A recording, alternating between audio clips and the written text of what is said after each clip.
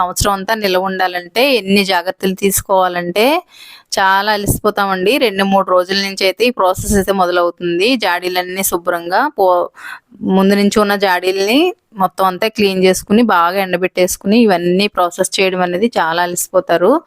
ఎక్కడ తడి లేకుండా మామిడికాయ ముక్కలన్నీ కూడా శుభ్రం చేసుకోవాలి. అలాగే పచ్చడంతా కలిపేసిన తర్వాత ఇలాంటి జాడీలో పెట్టుకోవడం వల్ల మనకి నిల్వ అనేది పచ్చడి ఉంటుంది. అలాగే మూడో రోజు మళ్ళీ ఆయిల్ ఫుల్గా వేస్తారు కదా, అప్పుడు కూడా ఒక గంట 2 గంటలైతే ఎండలో అలా పెట్టేస్తూ ఉంటారు. అది మా చిన్నప్పటి నుంచి మా నాన్నమ్మ గారు కూడా అలాగే ఎండలో అలాగ జాడి ఒక గంట 2 గంటలు అలా పెట్టేసేవారు. అలా పెట్టడం వల్ల ఏంటంటే మనకి ఎక్కడ కూడా ఫంగస్ అనేది పచ్చడికి రాకుండా ఉంటుందంట. అదే ప్రాసెస్లో మా మమ్మీ కూడా అలాగే ఒక 2 గంటలు 3 గంటలు జాడీని పట్టుకెళ్ళి అలా ఎండలో పెట్టేస్తారండి. అలా పెట్టడం వల్ల ఏంటంటే పచ్చడికి మనకి చాలా టేస్ట్ వస్తుంది, అక్కడ పాడవకుండా ఫంగస్ అనేది రాదు. అలాగే వెల్లుల్లిపాయలు కూడా చాలా ఎక్కువ వేస్తారు మా మమ్మీ.